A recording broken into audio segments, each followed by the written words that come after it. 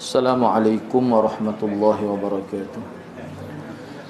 Alhamdulillahi rabbil alamin. Wassalatu wassalamu ala asyrafil anbiya wal mursalin. Nahmaduhu wa nasta'inuhu wa nastaghfiruh. Wa na'udzu billahi min shururi anfusina wa min sayyiati a'malina. Man yahdihillahu fala mudilla lahu wa man yudlil fala hadiya lahu. Rabbi shrah li sadri wa yassir li amri wahlul 'uqdatam min lisani yafqahu qawli. Amma ba'd. Alhamdulillah, bersyukur pada Allah Subhanahu wa taala kerana dapat bersama pada malam ini. Insya-Allah pada malam ini saya akan sambung perbincangan kitab Fiqhul Qulub, fiqh tentang hati manusia. Bagaimana kaedah untuk merawat berdasarkan kepada ulumul wahyi, dasar pada ilmu wahyu, yakni Al-Quran dan sunnah Rasulullah sallallahu alaihi wasallam. Sebagai sambungan pada malam ini, muka surat 61 tu kan, iaitu malu kepada manusia. Ini salah satu perkara yang disenaraikan oleh ulama sebagai punca hati manusia berpenyakit. Betul di situ muka surat 61. Betul malu kepada manusia. Okay. Ni kira-kiranya poin yang kelima lah. Sebab kalau dia buat huruf huruf gitu tu jadi tidak nampak sangat. Itu maksudnya poin yang kelima atau sebab yang kelima. Sebab apa hati manusia ni berpenyakit? Salah satunya malu kepada manusia. Jadi kena ingatlah, maksud malu kepada manusia ni maknanya malu kepada manusia dalam keadaan yang tidak terkawal. Itu maksudnya. Kena ada sifat malu kepada manusia ni. Cumanya biar terkawal. Kalau berlebihan sehingga mengatasi malu kepada Allah, dia akan menimbulkan masalah. Jadi tak molek lah. Jadi malu untuk melakukan ibadat dan malu untuk melakukan amal ketaatan, misalnya kerana umur sudah tua. Begitu juga dengan malu untuk beramal, malu untuk pamer ke sunnah misalnya. Sebab apa? Sebab ramai sekitar ni tak serupa dengan, jadi kita pun malu. Itu sebagai contoh. Itu dikira sebagai malu yang tidak kena pada tempat dia. Maknanya malu ni asalnya sifat mahmudah, dia jadi mazmumah kalau tak kena kita letak. Jadi apa sahaja sebenarnya, tak kira lah, kalau letak tak kena pada tempat, dia jadi mazmumah, jadi tercela. Ini kerana malu sebenarnya menggalakkan seseorang melakukan kebaikan dan menjauhi kejahatan, sebagaimana iman mendorong seseorang untuk melakukan amal ketaatan dan meninggalkan amalan maksiat. Malu ni sepatutnya dia menghalang seseorang daripada kurang sedikit melaksanakan hak-hak Allah. Malu merupakan satu kebaikan dan tidak menghasilkan kecuali kebaikan sahaja. Rasulullah SAW pernah bersabda di dalam sebuah hadis yang diriwayatkan menerusi Imran bin Husain. Jadi sebelum kita baca hadis ini sebagai peringatan bahawa sebab sini dia tidak sebut secara detail lah. Tak apa, anda baca dulu lah. Sebab malu ni dia perlu dipupuk. Sebab kalau malu sekadar yang ada sebagai fitrah tu, hak tu orang yang tidak Islam pun ada. Cuma malu bagaimana yang kita nak sehingga dikatakan sebagai punca kepada kebaikan. Siapa Nabi kata dalam hadis tu kan, riwayat Imran bin al-haya la ya'ti illa bi khair. Malu ni kalau seorang itu malu, jadi malu lagu mana tu? Sebab itulah di sini kena tambah terjemahan satu perkataan. Malu yang sebenar. Sebab alif lam tu dia makna hakikat tu. Al-haya, yakni malu yang sebenar. Dia hanya mendatangkan kebaikan. Tu hak malu hak sebenar. Jadi malu yang macam mana tu? Sini dia tidak perjelas. Sebab kitab ni ringkas. Kalau nak jelas, Minhajul Qasidin. Tu dia sebut dengan detail. Cuma anda nak sebut secara ringkas di sini. Malu di sini ni kita ambil pembahagian hak ringkas. Kita kata malu ni secara fitrah selagi malu imani dia. Al-haya al-imani. bukan al-haya al-fitri, tidak. Kalau malu secara fitrah, dia tidak tepat. Jadi bukan kata orang tidak Islam, jangan kita ingat orang tidak Islam tak ada langsung sifat malu. Kita kata tu duduk belanja bogel tu, kita tak pakai kain semeta boleh 10 orang tu benar. Dah di situ dia tak malu, lain dia malu. Sebab tu kata tak kena tu, dia ada juga malu. Tapi situ tak. Dia letak tu tak kena. Tu. Jadi maknanya ke dia, kita boleh sebut gini. Sebab tu dalam Ibn Qudamah dia bincang, dia letak memang comel dia susun. Dia kata gini dah. Kita ambil contoh sini oleh kerana kita bincang bab malu. Baik. Islam hari ni nak ajar kita supaya kita meletakkan sesuatu kena pada tempatnya. Misalnya malu, semua ada. Sebab itulah ulama kata malu ni fitrah. Tetapi nak letak mana tu? Biar tepat seperti yang Allah kehendaki. Itulah orang panggil pendidikan secara ulumul wahyi. Begitu juga marah.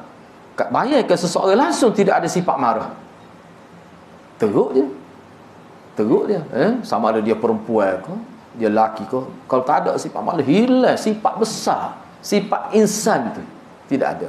Baik, jadi marah ni kalau tidak dipantau oleh ulumul wahyi, dia akan jadi marah berdasarkan kepada perasaan masing-masing. Jadi Islam hari dia tidak nak buang sifat marah, tetapi dia nak didik kita supaya sifat marah ni kena letak biar betul.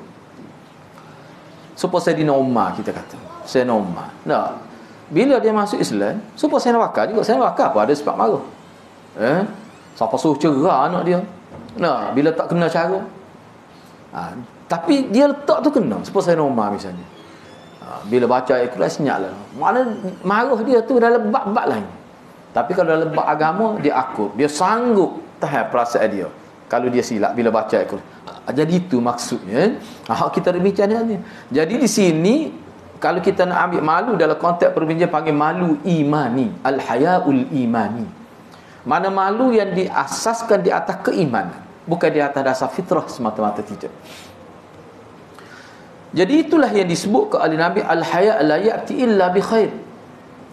Makna malu yang sebenar. Jadi kalau malu tu tidak sebenar, letak tak kena pada tempat, sepatut tempat malu, dia tidak malu pula situ. Dah ni semakin berkurangan. Ramai ada orang kita, khususnya perempuan, sudah terhakis sifat malu. Serabut benar kalau tengok internet dah. Mari macam tu.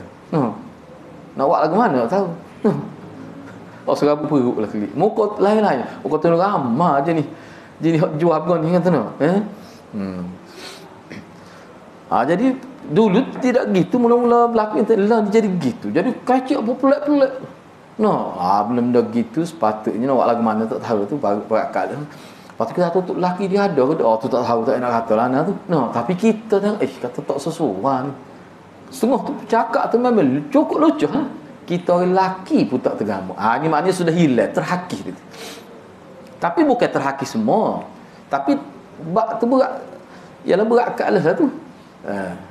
Tapi bukan kata hilang semuanya, tapi sudah terhakis. Baik. Jadi Rasulullah SAW pernah bersabda dalam sebuah hadis yang diriwayatkan dengan sanad yang sahih meneruhi seorang sahabat yang bernama Abu Sa'id Al-Khudri. Abu Sa'id Al-Khudri sebut ni sebenarnya dia sebut ni daripada Rasulullah lah. Ni. Apa dia kata? La yahkiranna ahadukum nafsah.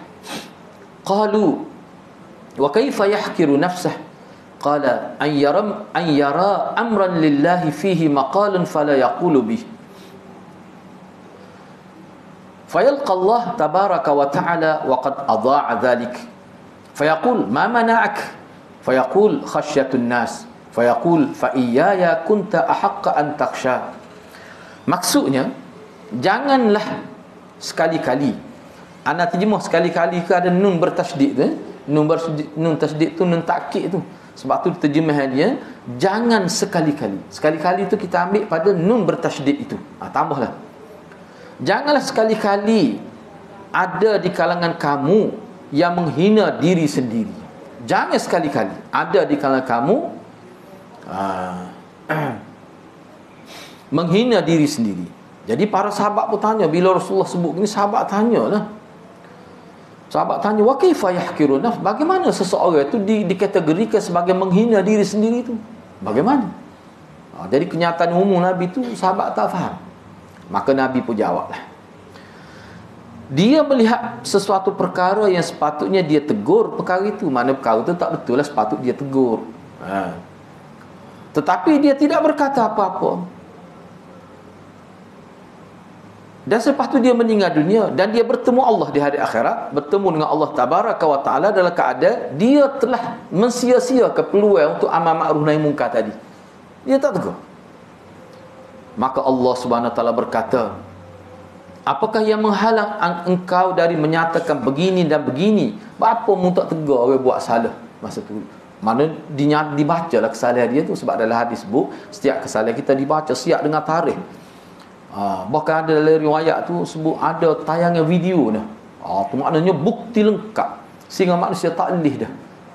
Lepas tu ada lagi panggil dia semua jadi saksi untuk mendakwa dia. Baik. Jadi orang ni jawab kerana takutkan orang ramai, takut orang kata Wahabi lah. Contoh saja tu ni. Contoh. Tu gaib doa contoh tu. Tak payah hurah lah, tak payah syarah apa kata gitu takut orang kata lah. Padahal tak ada apa-apa, orang kata tidak kata sakit orang, tak ada gabung. Tapi awak kena nakut, takut orang mana? Takut orang kata. Tidak kena dengan zaman kita, tepat benar ni. Gapo dia kesal dia. Allah kata sepatutnya mu malu kat aku, apa duk malu kat orang ni? Tu bahasa mudah. Sepatutnya mu meletakkan rasa takut orang marah, takut tu, malu, takut orang kata, takut mu letak pada aku. Apa dia letak pada manusia ni? Sebab aku yang beri pahala, aku yang suruh mu tegur perkara tak molek. Maknanya ke dia hadirat kena tahu ini tanggungjawab yang telah ia panggil idha'atul wajibat. Ini termasuk menyia-nyiakan tanggungjawab. Maka jadi isu dia setara tu jadi isu dah. Tanya tu spesifik tu. Tanya tu secara spesifik. Maka anak bila baca tinggal ni kata bergerak tadi ni kita pun ada juga tu kadang ada bahasa nak tegur dalam majlis misalnya. Tapi anak buat. Anak turun daripada majlis. Stage ni. Sebab dia tipu anak.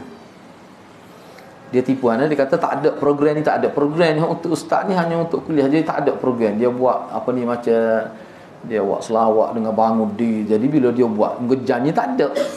Dia panggil majlis maulid lah. Negara kata kalau boleh tak usah buat lah tu. Sebab masa Nabi dia duduk ni, bila sahabat duduk, bila dia masuk sahabat bangun, dia suruh duduk.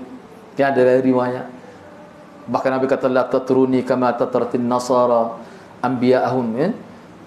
Asara wal yahud anbiya'ahum. Jangan mulaya supaya Yahudi Nasrani laya Nabi dia. Jadi hana tu.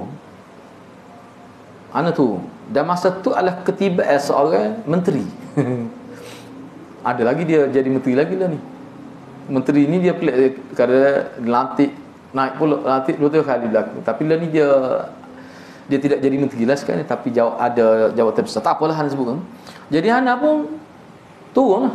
Jadi bila kita turun tu kita kata kata pelik sungguh dia kata dia. Sepatutnya kalau dia nak buat juga tunggulah kita turun dulu. Jadi kemudian anda pun turun klik tu. Jadi kita pun jadi fikir salah satunya anda teringat sebenarnya kau ni. Anda kata takut Tuhan tanya lagu mana. Jadi kita pun tu kadar kita boleh buat pada tu. Nak tegur lalu tak mungkin pada waktu itu. Misalnya bila ni hak anda buat lah, kita tak usah kata lah orang bid'ah ke tak usah, tapi dia jadi masalah. Kalau kita kata dia bermasalah, cuma kita jangan buat. Misalnya bila lepas cukup anak dia bangun, duduk beberapa kali, bukan sekali. Mula-mula peluh, mula-mula yang kedua kuat peluh. Kita puas hati. Ni cuba tengok ni. Enggak ni hadis sahih ni. Allah tanya buat apa? Maknanya pada waktu tu dia ada peluang ayat. Sebabnya dia gini alasan dia ni kerana takut, malu pada orang, takut orang marah, takut orang kata. Bukan kata kerana keadaan itu tidak sesuai. Sebenarnya tadi nak ayat tak sesuai, ada sebab lah. Cuma kita turun. Jadi kita harapnya dengan kita buat begitu, kurang-kurang manusia berfikir tu ya, bukan kata nak hina majlis hari dak. Lepas tu dia pun berjanji. Benda-benda gitu tak. Sebab tu setengah ulama, ada guru saya sendiri dia kata, kalau kita syukur kita tak boleh buat perubahan, tak usah pergi dalam majlis. Kalau tidak dia jadi fitnah. Kecuali majlis tu majlis kalau berlaku pecanggih khilafiyah, tentu khilafiyah daripada dulu tu lain cerita. Lain cerita kan? Ini dalam bab malu. Baik, seterusnya yang keenam, mengikut hawa nafsu. Mengikut hawa nafsu di sini yang dimaksudkan di sini sebab tajuk ni mengikut hawa nafsu ni mana-mana kitab tazkiyatun nafs pun ada sebut. Jadi mengikut hawa nafsu ni maknanya mengikut hawa nafsu dalam keadaan tidak terkawal. Kita boleh ikut hawa nafsu kalau hawa nafsu tu tidak bercanggah dengan ilmu wahyu, Quran hadis boleh. Kenapa hal tu? Jadi sifat suka mengikut hawa nafsu dalam hidup adalah sifat orang yang cuai. Ikut hawa nafsu di sini maksudnya siapa membelakangkan sunnah. Al-Quran menjelaskan perkara ini dalam firman-Nya, wallahu yuridu an yatuba alaikum wa yuridu alladhina yattabi'una asy-syahawati an tamilu mailan 'azima. Dan Allah hendak membersihkan kamu dari dosa dengan menerima taubat kamu. Sedangkan orang-orang fasik yang mana mereka telah menurut keinginan nafsu yang diharamkan, dia buat dalam kurungan nafsu yang diharamkan oleh Allah. Jadi nafsu itu hendak mendorong kamu supaya kamu menyeleweng dari kebenaran, dan dengan penyelewengan yang besar bahayanya. Jadi maknanya kalau timbul perasaan kita nak buat sesuatu, lintasan nak satu, dia akan bermain dalam fikiran kita tu. Dari segi agama, dari segi akal kita kata macam sebab tu anda sebut beberapa kali. Bila kita nak buat sesuatu, mesti ada berlaku bentuk pemikiran kita. Benda ni tak molek tapi buat juga. Banyak berlaku gitu. Kita kata ni tak molek ni. Kita kata sakit setahun ni boleh pergi sembahyang Jumaat. Mana akal yang warah. Iman kita kata, tapi nafsu kata Allah sekali ni ya tinggal. Kita pun tak pergi. Dia berlaku gitu. Tak usah royak. Siapa-siapa berlaku gitu. Maknanya di situ sekira-kira sudah kalah tu. Mana hawa nafsu lebih benar pada akal kita. Kalau dia capur dengan kita ngaji ni, capur dengan dia punya maklumat agama ni, kata tak boleh. Kita sendiri buat besar. Tapi buat apa tak ikut juga. Dia ikut nafsu juga. Itu kelemahan lah. Itu satu contoh yang mudah lah. Itu kita boleh kias sendiri. Begitu juga firman Allah, fakhalafa min ba'dihim khalfun adha'us salah wattaba'us syahawat fasawfa yalqawna ghayya. Kemudian mereka digantikan oleh keturunan-keturunan yang mencuaikan sembahyang serta menurut hawa nafsu, yakni dengan melakukan maksiat, maka mereka akan menghadapi azab dalam neraka. Tu kesal dia kalau tak bertaubat. Mana sebut neraka maknanya ikut hawa nafsu, sehingga hawa nafsu yang berkait dengan maksiat itu perbuatan dosa besar. Tapi kalau pelanggaran itu dalam bentuk hal-hal yang kecil, boleh jadi dosa kecil. Sebab itulah setengah-setengah ulama yang menggunakan bahasa yang cukup, yang lebih menarik perhatian. Dia kata dosa-dosa ni adalah pelanggaran hukum. Lebih mudah kita faham. Dosa-dosa ni adalah pelanggaran hukum. Jadi kalau pelanggaran itu berlaku dalam kih yang kecil, dia panggil dosa kecil. Tapi kalau pelanggaran itu berlaku dalam perkara yang besar, boleh jadi dosa besar. Agak dosa besar ni ada kategori dia pula. Sebagai contohlah saja untuk maklumatnya. Misalnya kita kata, apakah dosa yang dusta yang paling besar? Dusta yang paling besar. Setengah ulama kata qadhaf. Dusta tu paling besar. Kalau zina paling besar, zina dengan isteri jiran. Semua zina dosa besar, tapi hak paling besar. Dia ada kategori. Begitu juga dalam riwayat Bukhari ada mufrad mencuri. Kalau mencuri harta jiran. Curi lah, mana-mana curi faham, tapi curi harta jiran dia tepi rumah kita, dosa dia lebih besar lagi. Jadi maknanya dosa besar sendiri pun ada kategori dia. Begitu juga tuduh. Tuduh, setengah ulama kata qazah tu masuk tuduh dia dusta tu lebih kurang, ulama kata tuduh orang zina. Tuduh ni banyak tuduh. Jadi dia ada sahih dia. Tu dosa besar tu pun dia ada sahih dia pula.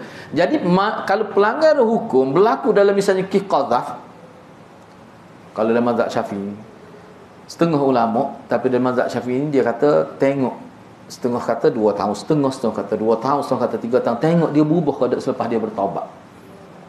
Kena tengok, baru boleh jadi saksi balik. Setengah ulama kata tak boleh jadi saksi sampai mati pada.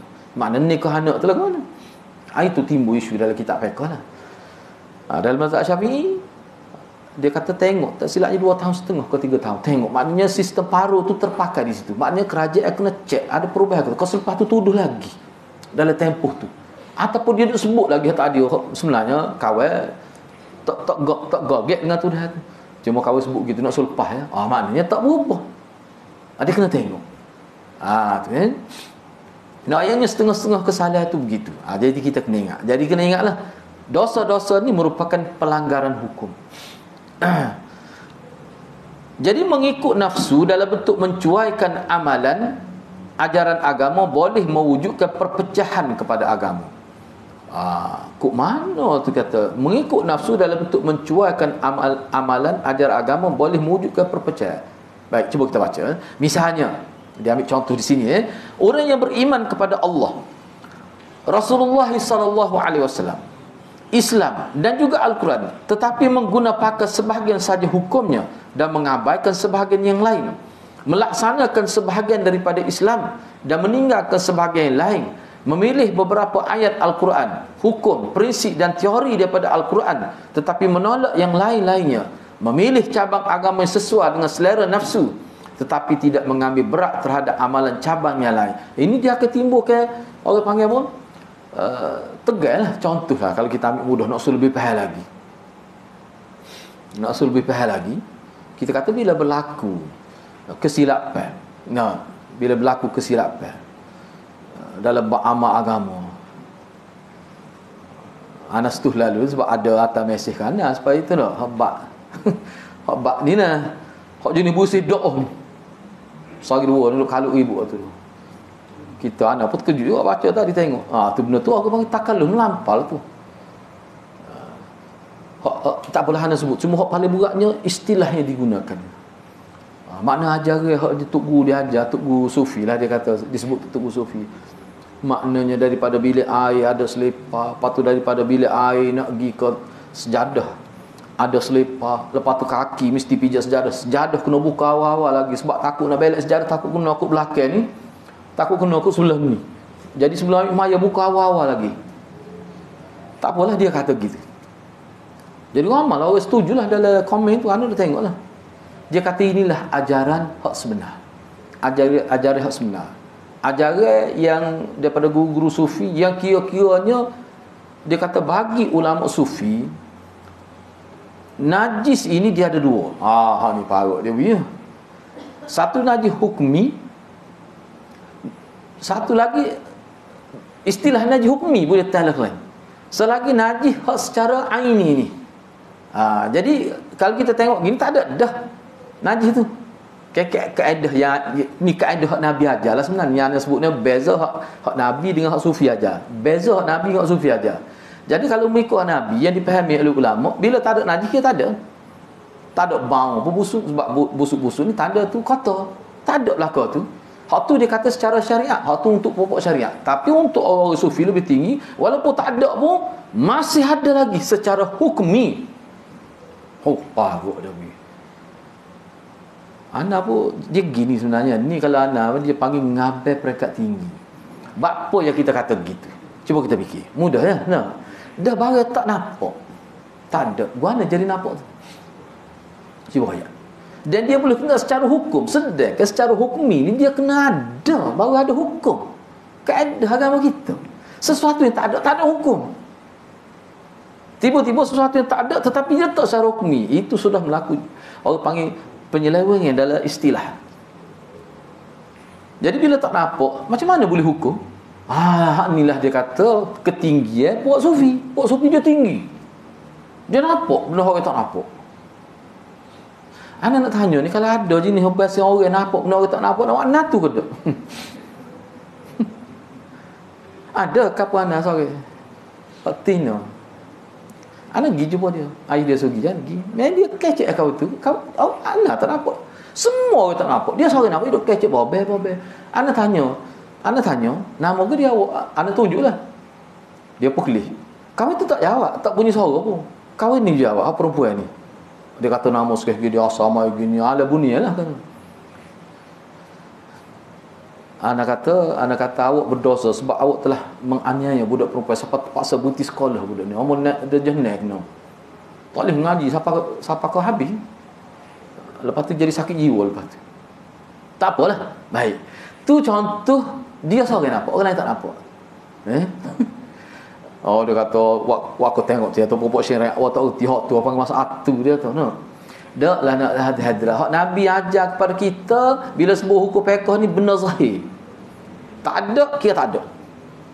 Ni mayaki benar tak ada pun jadi ada dari segi hukum. Dah hak ni tidak, ni hak ni bukan orang biasa ni. Orang biasa ni dia hanya dia panggil ahlus syariah. Dia letak. Pokok kita ni ahlus syariah. Jadi hak tu hak bersih sebenar. Banyak lagi sebutnya. Jadi anak-anak ayatnya hak ni kalau dalam istilah ulama dia panggil takalluf. Dan ada satu kisah berlaku hak ikut lagu ni balas untuk tua sampai cerah anak kau itu. Ada berlaku satu kisah. Anda tak sebut di Kelantan kita. Benda ni siapa kan? Lah anda tahu tu.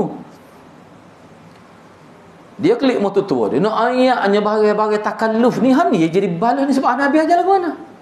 Nabi ajar lagu mana? Sahabat tak akan lepas pergi masjid. Lepas tu siapa situ begitu. Pakai main tak masuk berkaki. Tak masuk pun. Bukan masjid Nabi. Awak tahu ke masjid Nabi tak ada tikar. Lepas tu di masjid tak apa. Dia tak kapit sebab kapit dalam masjid. Kat masjid lebih ramai lagi orang pergi. Tengok dia kacau iddat bainal amran. Berlaku bercanggah antara dua perkara. Rumah ni pun kita ya. Bertemu. Tapi masjid tak apa pula. Tak akan lipat masjid. Ada kata sebab masjid tempat suci. Suci dari mana? Suci hukumi pula. Dia parut yang di situ. Benar-benar lagu ni dia panggil takalluf. Jadi seorang ni ngapa Quran ngaji tinggi habis dauratul hadis. Balik motor tua.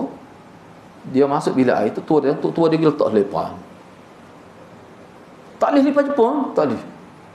Sebab lipat Jepun dia kemungkinan tembuh tu. Takut merosak air dia latar naik kena kaki. Parut dia. Mu ni kena pakai lepas awak dengan seming. Apa banyak ramah ikut dia, setuju dengan dia. Jadi ustaz ni dia tak siap pakai lepas. Tok tua dia tak ada imam. Balah dah berakhir berentet daripada tu berlaku, bukan berlaku lalu rentet daripada tu. Islam mudah benar ya. Tidak lagi tu. Jadi maknanya anak nak sebut kita kena tahu ajaran Nabi lagu mana baru kita boleh bezakan hak mana hak tidak ajar. Kena tahu dulu ajaran Nabi lagu mana. Begitu. Tu berat-berat belaka. Terbagi lagu tu takalluf menyusahkan. Islam tidak gitu. Dah zahir. Dia sebut dia ada hurah lah tu bak kapek gini-gini takut ada gini-gini nak jadi bersih tinggi benar. Dia kalau di India ni ada satu kumpulan panggil agama jin. Dulu anak ngajar masa tu malah langsung ngajar salah satu ajar jin. Setara mana dia ni? Dia bawa nyapuh. Dia bawa nyapuh mana dia sapu. Kalau dia tengok nampak dia hak tu bukan kotor pesen ni. Hak dia takut ada binatang ataupun organisme hidup. Dia tak boleh jirik walaupun seekor semut kecil tak boleh. Sebab tu dia bawa nyapuh mana-mana pun dia. Buat dia berjuta penganut ni. Dan Allah beri rezeki kaya-kaya jutawan saja buat dia. Dalam buku tu anda baca. Sebab tu malah nak kata buat dia ni bawa nyapuh dalam kitab tu Al-Mawsu'atul Adyan wal Madahib Al-Mu'asirah 2 jilid. Dia bawa nyapuh kalau dia tengok nampak rasa hari dia sapu gerubah dia jalan. Tidak menyusah tu. Hak ni pun lebih kayak gitu kan. Bahaya hadirat. Kerana ini tak nama sufi. Sebab tu bagi ana kita tak penting nama berapa hadirat. Sebab tu kita tengok ajaran Nabi lagu mana, yassiru wa la tu'assiru. Mudah jangan ini mai. Hak Nabi buat hak tu terbaik. Dan itulah punca sahabat naik tinggi darjat dalam agama. Ajaran hak tu sahabat. Baik.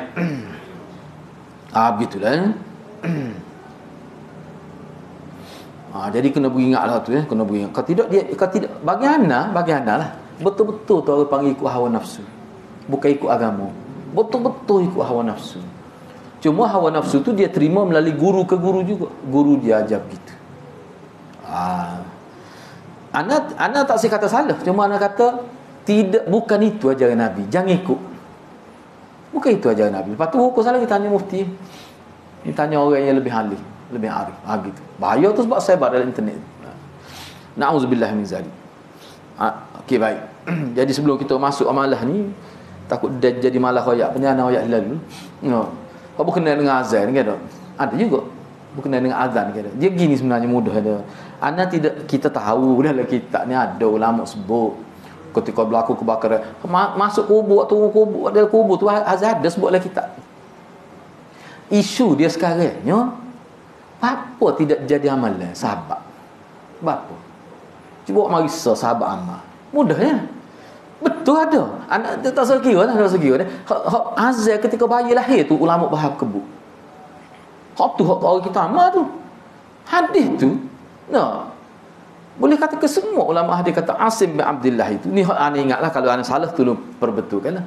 Asim bin Abdullah tu memang lemah. Tapi tak apalah setengah ulama kata lemah boleh pakai hadis ni pakai nak menyabitkan hukum. Bukan bab fadilah. Patu hak lain nak turun musafir azan Allahu akbar Allah azan. Patu nak pergi dia tengok kebakaran patu rasa sedih azan juga banyak nak baik ana tengok tu memang ada hadis lah kau tu tapi tak ada pun sahih. Bahkan hadis azan tadi ulama kritik dalam mazhab Syafi'i sendiri pun kalau masuk dalam kubur misalnya mazhab Syafi'i ada terima pun hadis tak tu ya. Nah, kecuali dalam Imam Tirmizi yang anak pun ngaji kat Tirmizi, dalam tu Imam Tirmizi kata hadis hasan sahih. Tetapi kena ingat hadis tu. Tapi orang kita tak apalah biar, tapi hak tu paling kuat tu. Azan ketika bayi lahir tu kan. Nah, hak tu teruk ulama kritik hadis tu. Baik tak apalah. Misalnya hak kata masuk dalam kuburan tu azan kada kan mah. Bunyi khabar ustaz benar ya amal tu. Nah, dalam mazhab Syafi'i qaul mu'tamad kata ni saya ingat ana lah kalau salah boleh betul bahkan saya ingat ana Ibnu Hajar Al-Haythami kata bid'ah tidak sunnah langsung patah amal kat mana baik tak apalah kita ketepikan soal tu mungkin apa kita tahu makna termasuk khilafiyah mungkin pertikaian ana nak tanya sir masalah hadis-hadis apa tak ada sekih pun sahabat amal apa secara asar fi'li ataupun hadis qauli tak ada sebab. Kalau benar tu betul sungguh mesti sebut dalam kitabul azan dalam kitab-kitab fiqh tu. Tak ada. Oh kalau Syekh Ethiopi tu kan benar sebut. Bid'ah. Dia orang mari kata-kata jojuk Syekh Ethiopi. Memang tak ada. Berlaku kebakaran azan. Memang ada sebut dalam kitab. Behana kalau nak buat nak kata buat tapi kita nak nak kira segi dalil. Kalau lah benda tu ada sungguh baik zaman Nabi tak ada sedih. Tak ada sedih zaman Nabi. Ada. Tak ada berlaku kematian zaman Nabi. Patut tak ada berlaku rumah terbakar. Tak ada berlaku rasa takut malam tu. Semua tu kononnya patut bayi lahir macam mana dak. Amal dia macam mana. Benda-benda gitu ana terima ialah kita kata khilaf tu lebih kuatlah sikit. Tapi kukuk mana pertikaian hebat. Tak apa lagi terima lah. Tapi hak ni siapa nak pergi musafir setengah 7 orang musafir puasa juga. Tidak kata turun dah. Ada amal gitu. Dan ana pernah berlaku pada ana sendiri. Ana pergi ziarah orang nak pergi Mekah. Kebetulan ana ziarah tu ana tak tahu tarikh. Ana pergi tu hari dia nak turun. Berlaku. Dan dia nak turun kita pun tunggulah. Tunggu tujuan nak suruh dia doa kita moga sunat tu. Doa gak kamu cik tak apalah. Puk turun tangga pakai lepas tu. Seorang ustaz mari. Dia kata kena azan dulu. Ana kata pukul apa ni? Kita kata pukul apa? Kau tahu buat tak? Dia pun tanya, dia kata tak ustaz tak tahu. Anak kata anak tak tahu. Ada ni? Ustaz tahu mana? Tanya sikit tak boleh kecek banyak. Orang nak pergi Mekah ni. Lepas sakit dia puasa tak apa ustaz tahu. Kerana tahu dia tu. Tak apalah anda pun nak sok dapat rupanya ada sungguh orang amal. Sebelum kita baca lagi kitab ya. Ada sungguh orang amal. Dia azan. Dah. Kali kiana ada dia baca juga sebelum tu kita tahulah. Kejut ana. Kata juga molek kata. Gitulah. Jadi benda-benda gini. Lepas tu masalah sekarang ni ya. Nak masuk bilik puasa pun azan. Hak terbaru ni sakit kepala. Hak tahu baru tak ada lagi kitab pun. Hak nak masuk berdakwah puasa tak ada lagi kitab. Sebab tu anak kata benda jenis kalau amalan lagu ni kalau tak jaga dia jadi heret-heret sikit lagi bini nak beranak puasa. Terang. Boleh jadi. Sebab tu benda-benda gini adalah kena ingat Dia kalau sahabat Nabi tak buat, Nabi tak sahabat Nabi tak buat, maknanya tak ada lah tu mulanya. Sebab azan khusus, ibadat khusus tu. Bukan sebab bina masjid, sebab asrama, sebab hak tu kalau kita nak kata bin apa ni hasanah pun munasabah lah, keperluan. Hak tu dia keperluan. Dia azan tahu baru. Oh gerak kelihatan tengok. Taruh gamuk. Anak muka tak tahu, kita tak 2-3 hari kita cara patut telefon bubuana semacam tak geli. Tapi bila ada orang kata, oh kata. Kok sedihnya berlaku tu dah. Mujur tidak berlaku tempat kita mujurnya. No. Kalau berlaku di Kelantan kita tak tahulah lagu mana. Ini berlaku mana tak ingat. Jadi benda-benda lagu ni hadirat kena berhati-hati. Sebab tu dia kalau lok ke so mari.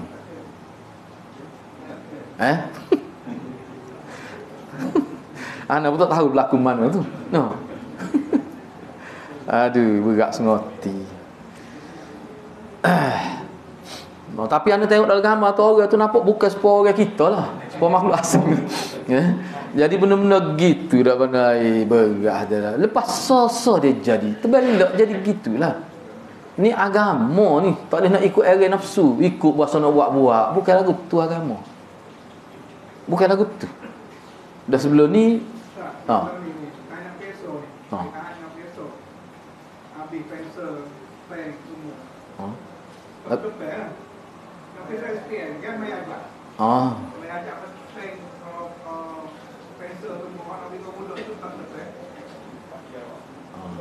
Lepas tu mai ajak lah. Mai ajak. Berapa kali sekali pensel semua. Dia kalau tanya anan, tok budak tu di depan. Tok budak jujur. Buat apa berala. Dia gini yang mudah dah. Dia istilah restu ilmu ke budak tu dah. Benda-benda lagu tu barat. Inilah. Bagi tak baca, ikut hawa nafsu lah. Tu ya sebenarnya.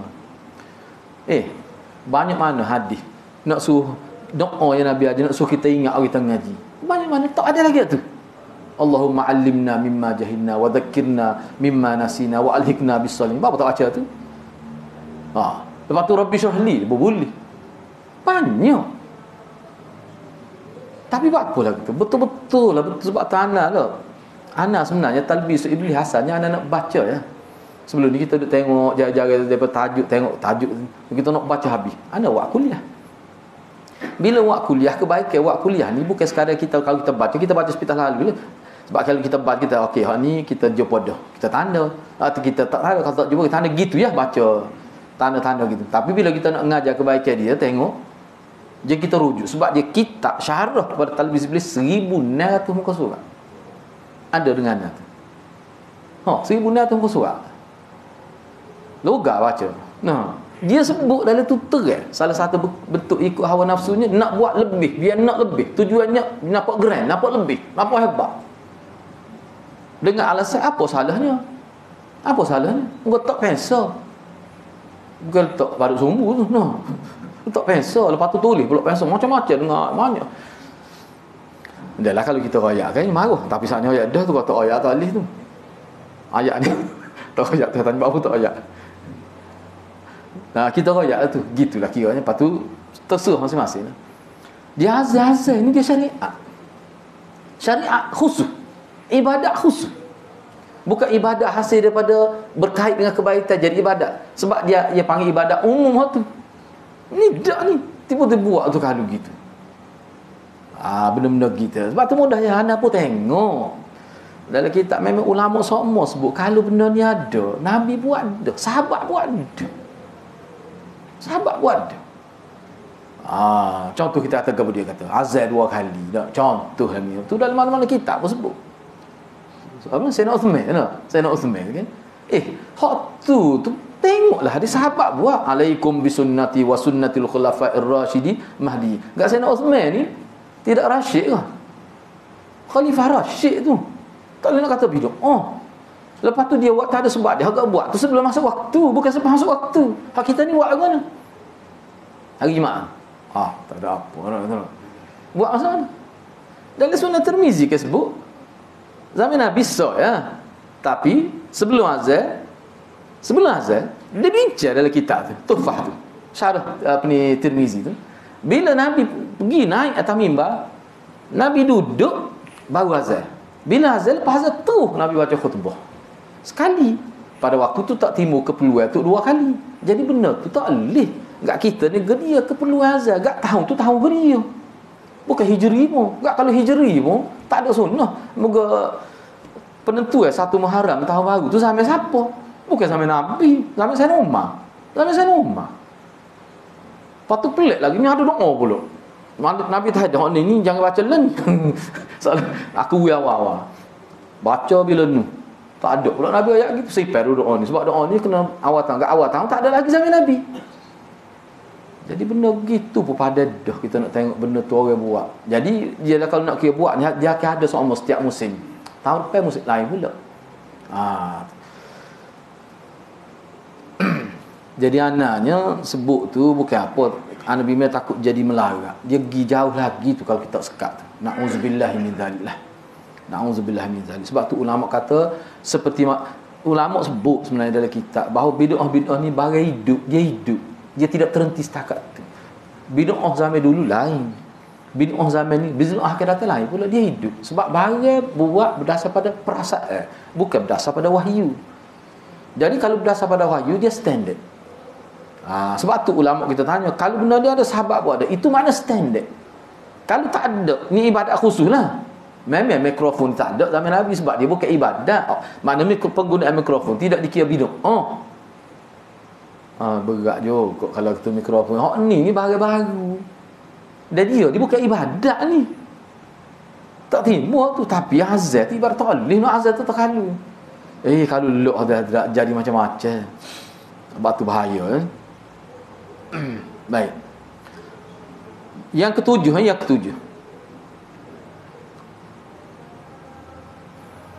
Malas merupakan salah satu penyakit yang timbul pada diri seseorang sebelum beramal. Ni kalau nak tengok detail, tengok dalam Minhajul Qasidin lah. Dia bincang panjang lebar juga ni. Ni sini sikit saja, tak apa kita bacalah.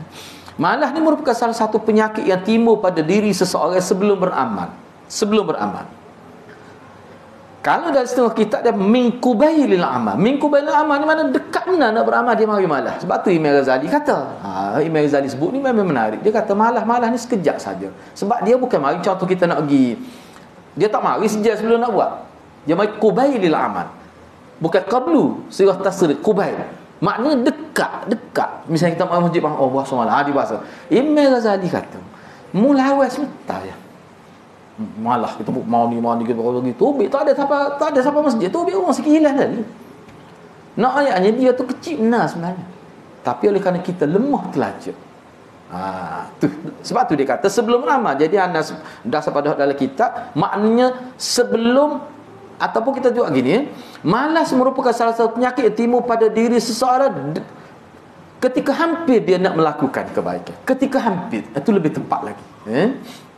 Dalam Islam, perkara-perkara yang menimbulkan dosa dan haram bukan saja tertumpu pada zina, merampok, menyamun dan seumpamanya, bahkan juga melibatkan sikap negatif yang ditunjukkan oleh seseorang. Antara sifat malas, mana sifat-sifat negatif yang menyebabkan manusia jadi tidak produktif, jadi takhalluf, jadi mundur hidup. Semua itu termasuk maksiat. Perbuatan yang menyebabkan jadi mundur hidup, itu juga termasuk dalam perbuatan maksiat pada Allah.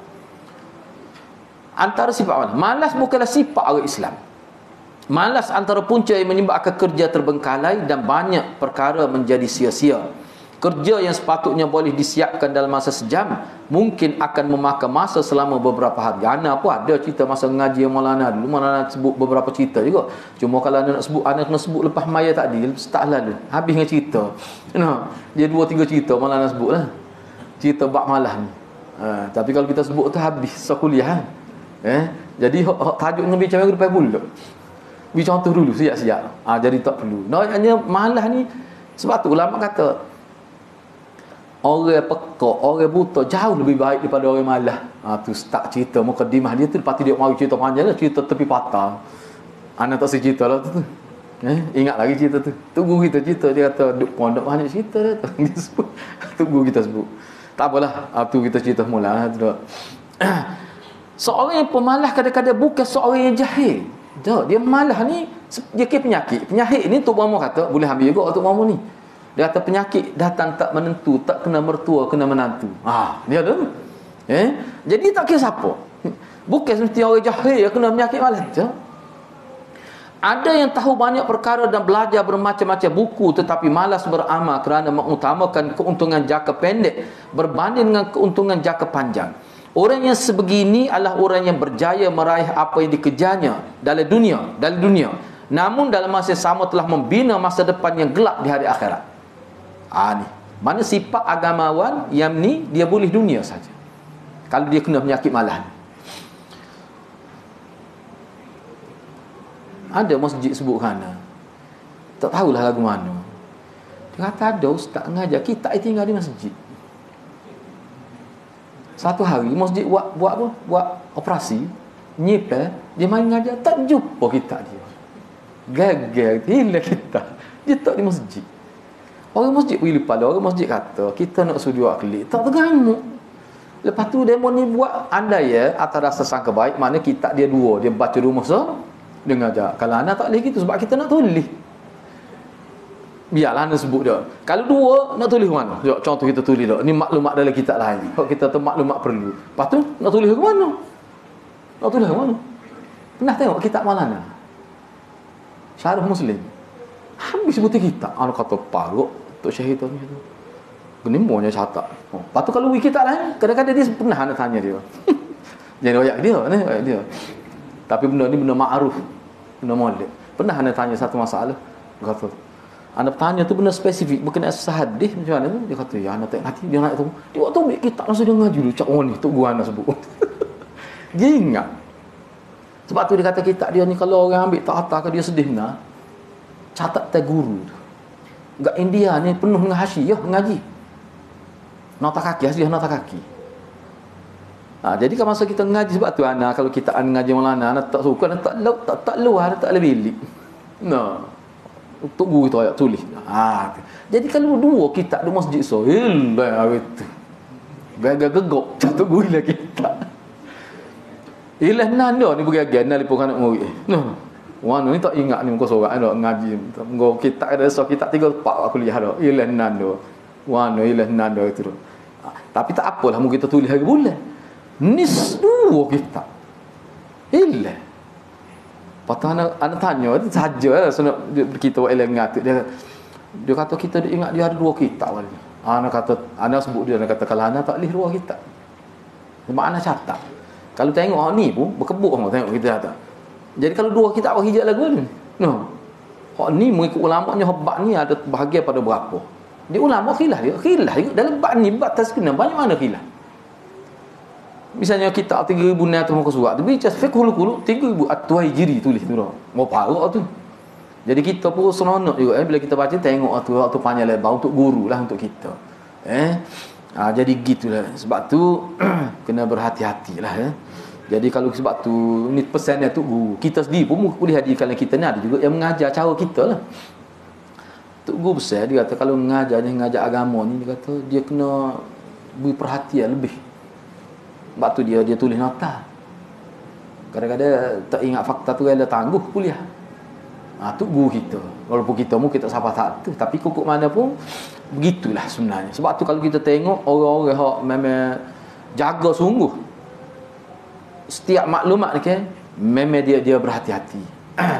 Ada ana jumpa seorang profesor, dia terkenal, ana tak sebut nama lah. Kalau sebut nama dia berapa kali marah. Dia sebut kerana dia kata Anak ni kadang-kadang dia sebutlah sebab kita baik dengan dia. Dia bukan nak menunjukkan diri kita kenal pribadi dia. Dia kata anak saya kalau tidak 4 jam nak baca, anak tak berani nak mengajar. Pertama sekali anak kadang-kadang baca tak ingat, jadi 4 jam tu dengar tulis sekali dengar tulis 4 jam satu kuliah. Anak kata paruk. Enggak tunggu kita mana lebih lagi sebenarnya. Anak tahu kalau buat Bukhari tu sakit pinggang tu. Jadi benda-benda gitulah. Kuku mana ni kalau malah terbengkalai habis. Jadi hak Maulana sebut cerita tu memang menariklah sebenarnya. Waktu kita cerita mulalah, kita start awal lagi. Ingat lagi pada hari ni. Baik. Cuba tengok firman Allah SWT yang terakhirlah. Ini berkait dengan inna haula yuhibbuna al-ajilah wa yadharuna wara'ahum yawman thaqila.